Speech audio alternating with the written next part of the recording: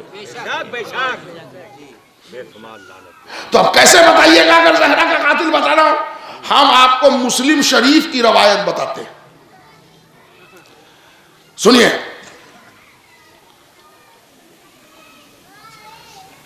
یہ زہرا کا فدق لیا گیا وہی اہل بیت سے حسد, اس لیے کہ اگر ان کے دروازے پر مجمع لگ جائے گا, مالی حالات صحیح ہوں گے تو ہماری چلے گی نہیں. لہذا ایک بہت بڑی دولت تھی, فدق لے لیا گیا. رسول نے تحریر لکھا, ہیبا نامہ. ہیبا کو کس نے پھاڑا؟ ایک شخص نے ہیبا نامہ کو پھاڑ دیا. یہ سب جانتے ہیں نا, کسی کو بتانے کی ضرورت نہیں. اچھا آپ سنیے, اب روایت سنیے مسلم شریف کی.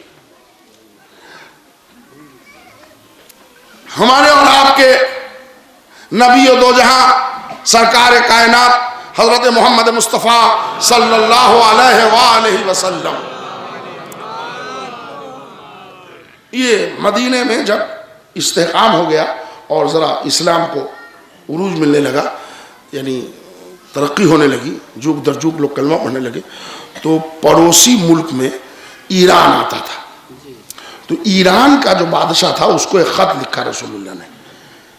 ایران کا جو بادشاہ تھا اس کو کسرا کہتے تھے, تو کسرہ فارس کو رسول اللہ نے خط لکھا دعوت اسلام کے لیے, اور اپنے ایک صحابی کو دیا کہ تم جاؤ اور وہ خط لے کے جاؤ.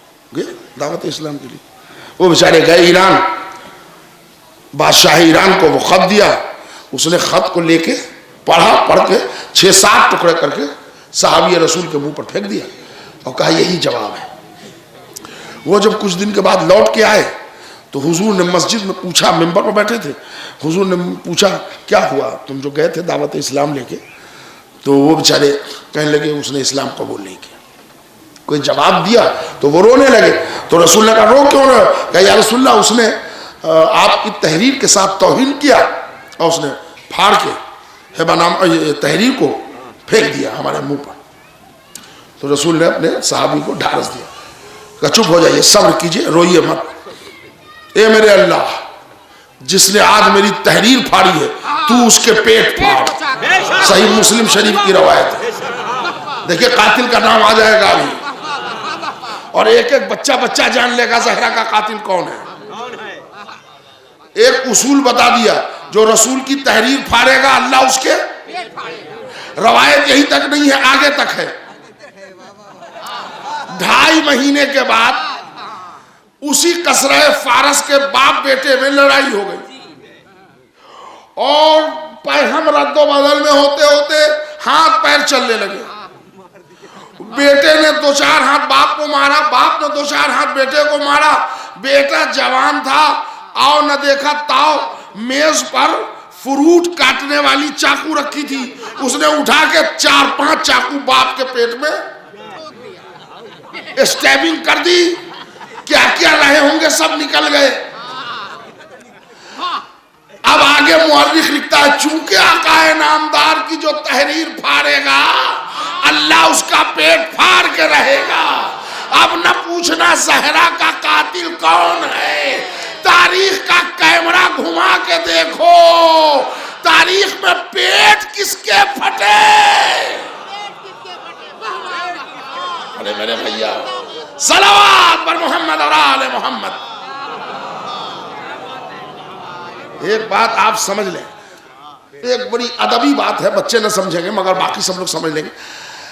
آثار ہوتے ہیں، آگ لگی تھی تو دھواں اٹھا ہوگا، دھواں اٹھا ہے آگ لگی ہوگی۔ پتہ کر لیجئے پیٹ کس کے پھٹے۔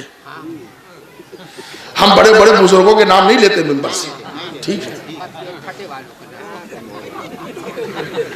صلوات بر محمد اور آل محمد۔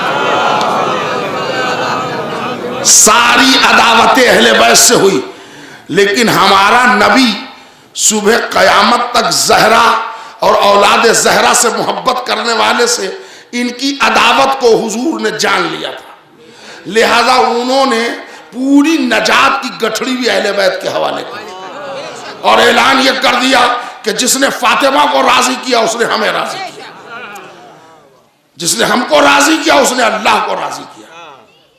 اب ایک ٹکڑا، کل شام کی مجلس میں آپ لوگ نہیں تھے، کچھ لوگ تھے، میں نے نماز جنازہ کا ایک ٹکڑا پڑھا تھا، اور میں پھر وہاں سے شروع کر رہا ہوں، وہ ریپیٹ نہیں کروں گا۔ نماز جنازہ میں کھڑے ہوتے ہیں، سامنے میت رکھی ہوتی ہے نا، تو اس میں کچھ پڑھتے ہیں۔ نماز جنازہ میں کیا پڑھتے ہیں آپ لوگ تو پڑھتے ہی ہوں گے،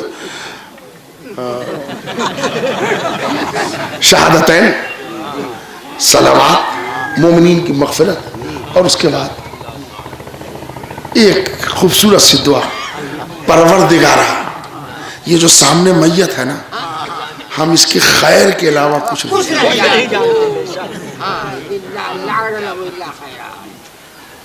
3 مہینہ پہلے چوری کی سزا کاٹ کے جیل سے آیا ہے، پورا محلہ گواہ ہے کہ یہ اتنا بدتمیز تھا کہ اس نے اپنی ماں پر ہاتھ چلایا تھا، یہ اتنا گرا ہوا انسان ہے کہ اس نے اپنی سگی بہن کو گھر سے نکال دیا، یہ وہ بدتمیز لڑکا ہے کہ اس نے چھوٹے بھائی کا ایک کمرہ، ایک روم مار لیا ہے نا۔ سارے لوگ جان رہے ہیں کون کتنا اونچکا ہے، باہر والے جانے نہ جانے، اندر والے سب جانتے ہیں، لیکن جیسے ہی مرا ایک میں اسٹیٹمنٹ چینج، پروردگار ہم خیر کے علاوہ کچھ نہیں۔ کیا کمال ہے بھائی شریعت کی، کھڑے ہو کے سریحن جھوٹ بول رہے ہو۔ توجہ چاہ رہا ہوں میرے بھائی، ایک نقطہ آپ کے حوالے، عداوت اہل بیت کا رزلٹ، اے اللہ ہم اس کے خیر کے علاوہ نہیں جاتے۔ اس کے بعد ہمارے فقہ کا تقاضا ہے، کوشش کرو کہ جنازہ میں زیادہ سے زیادہ لوگ آئیں،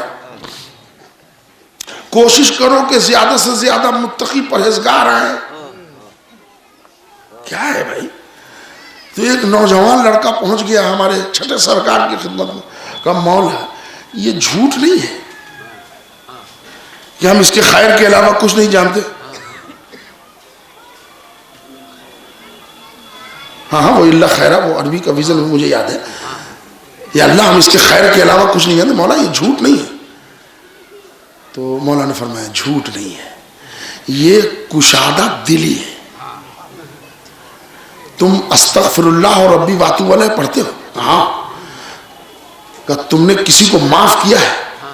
کہ ہم نے کہا ہاں 3 لوگوں سے جھگڑا ہوا تو 2 کو معاف کر دیا، 1 کو ابھی تک نہیں کیا ہے۔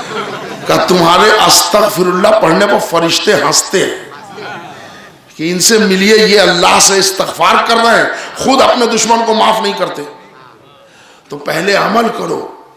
کہا مولا یہ جھوٹ نہیں ہے؟ کہا جھوٹ نہیں ہے، یہ دوسرے کے لیے بخشش کا ایک ذریعہ ہے کہ مرنے والا تو اب مر گیا، تم اسٹیٹمنٹ دے دو تو 40 آدمی اگر کسی جنازہ کے پیچھے کھڑے ہو کے کہہ دیں گے کہ یا اللہ میں اس کے خیر کے علاوہ کچھ نہیں جانتا، رحمت پروردگار جوش میں آتی ہے کہ تم گنہگار بندے ہو کر مرتے ہی بیان بدل دے گئے کہ کہ ہم کچھ نہیں جانتے تو اب ہم اللہ ہو کر کہتے ہم بھی کچھ نہیں جانتے، اس کی گاڑی نکل جاتی ہے۔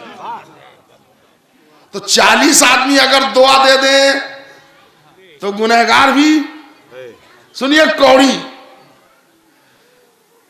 40 آدمی ایک گنہگار کے جنازے پر، تو دعا سے بات بدل جاتی ہے۔ بھیا ایک نکتہ ہے،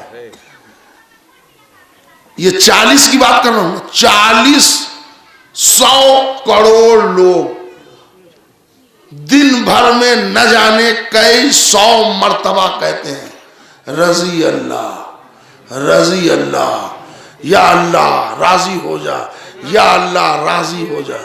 اب پھنس گئی گاڑی۔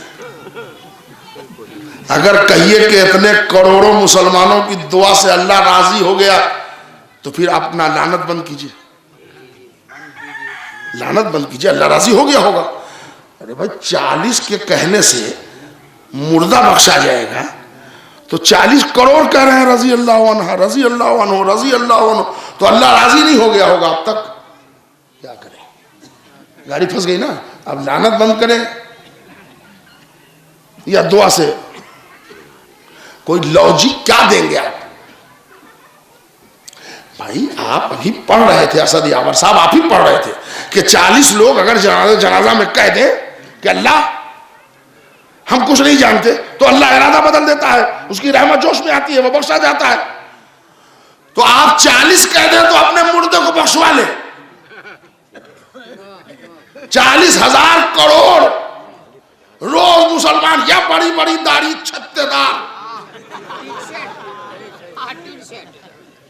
جھکتا ہوا کرتا، اٹھتا ہوا پیجامہ کے ساتھ، یا اللہ راضی ہو جائے، یا اللہ راضی ہو۔ اب تو اللہ راضی ہو گیا ہوگا۔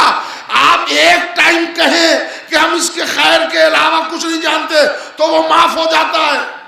یہ دن بھر میں 1000 مرتبہ کہیں اللہ راضی ہو جائے، اللہ تو اب تو راضی ہو گیا ہوگا۔ اب سمجھے، حاسدین سن لے، رسول اللہ کی یہ حدیث مان لی جاتی مگر حضور نے پوری نجات اور بخشش کا گول فاطمہ کے حوالے کر دیا۔ فاطمہ راضی تو اللہ راضی، مر جاؤ گے رضی اللہ کہتے کہتے، اللہ راضی نہیں ہوگا جب تک فاطمہ راضی نہ ہو۔ صلوات پر محمد اور آل محمد۔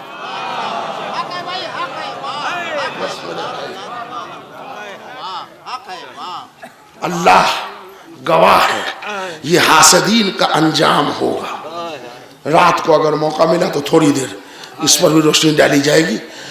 اب آپ سمجھ لیں عداوت اہل بیت کی پوری وجہ ایک ہے، وہ ہے حاسد۔ قرآن نے کہہ دیا کہ یہ حسد کرتے ہیں۔ حسد کیوں کرتے ہیں؟ یہ اہل بیت کے کمال تک پہنچ نہیں سکتے،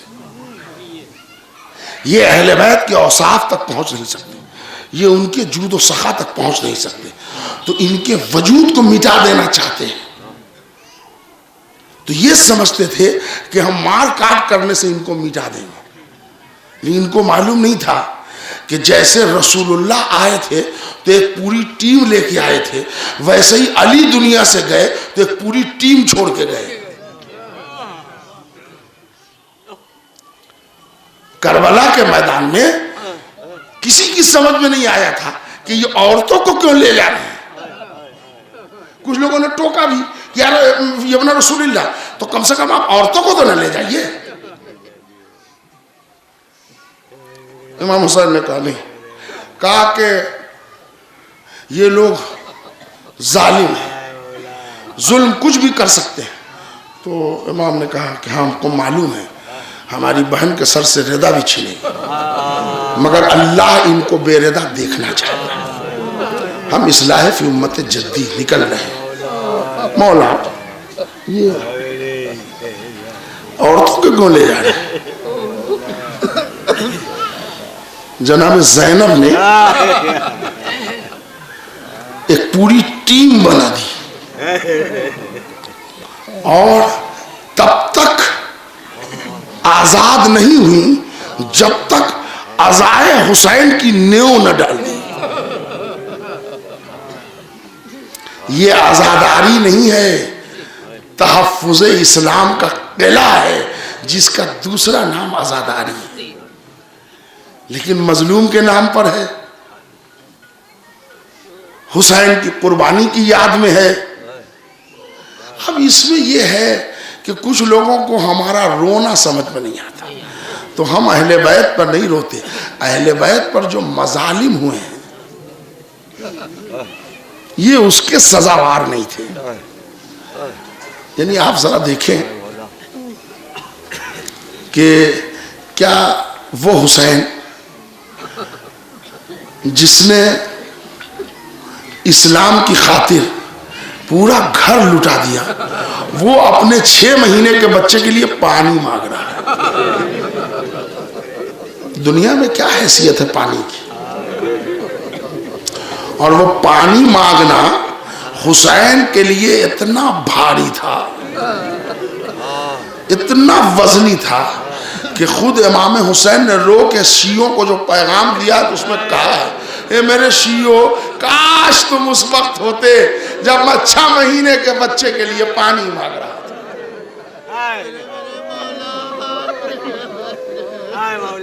ہم اس پر روتے ہیں.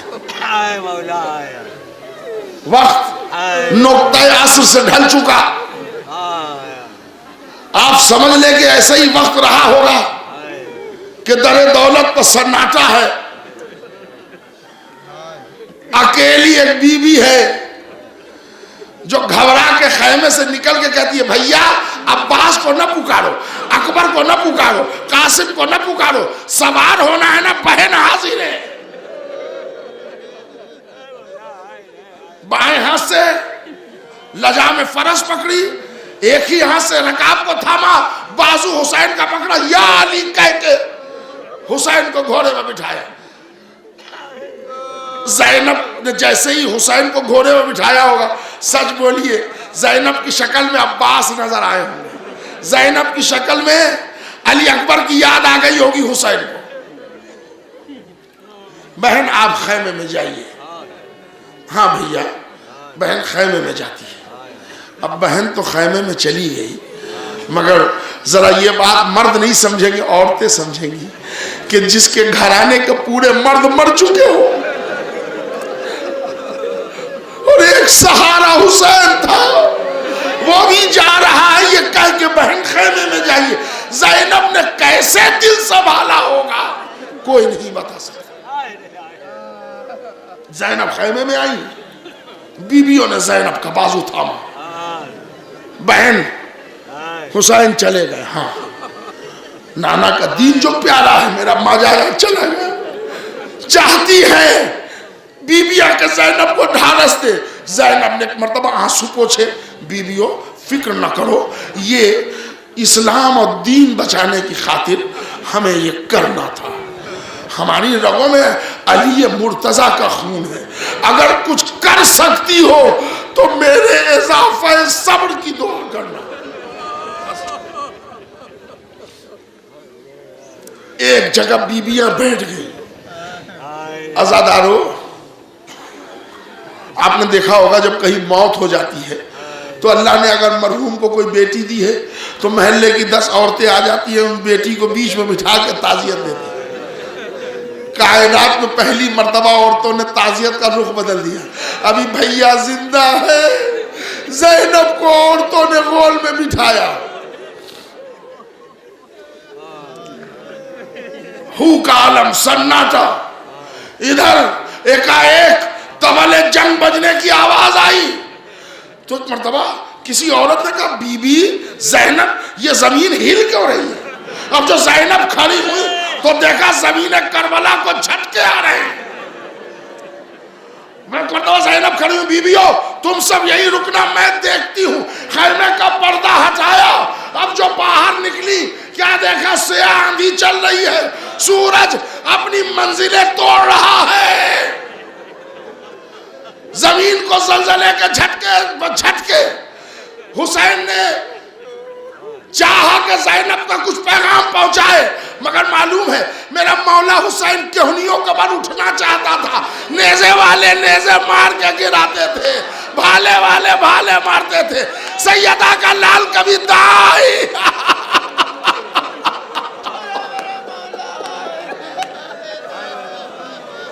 کبھی بائیں جھک جاتا ہے حسین. زینب نے ادھر دیکھا، بھیا ادھر دیکھا، بھیا کوئی جواب نہ آیا. کہیں سے زینب کو حسین نظر نہیں آتے تو ایک بالو کے ٹیلے پر چڑھ گئی جسے تاریخ میں تلے زینبیہ کہتے ہیں. جو لوگ زیارت کو گئے ہیں انہوں نے دیکھا ہو، اس بالو کے ٹیلے پر چڑھی تو اب جو منظر دیکھا، چاروں طرف سے دشمنوں کا نرغہ ہے، بیچ میں منہ کے بل فاطمہ کا لال. زینب جیسے پھوٹ پڑے، مدینے کا رخ کیا، نانا یہ آپ کا وہی حسین ہے. اماں زہرا اپنے حسین کو دیکھو.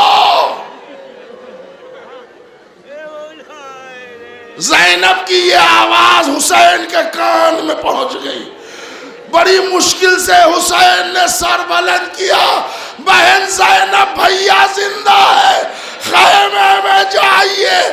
ابھی زینب اتری ہی تھی تلے زینبیہ سے کہ شمر نے خنجر چلا دیا.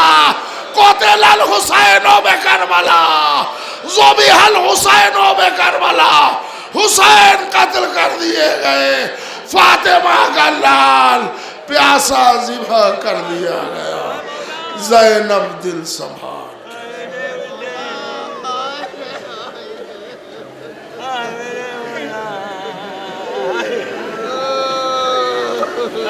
سيعلم الذين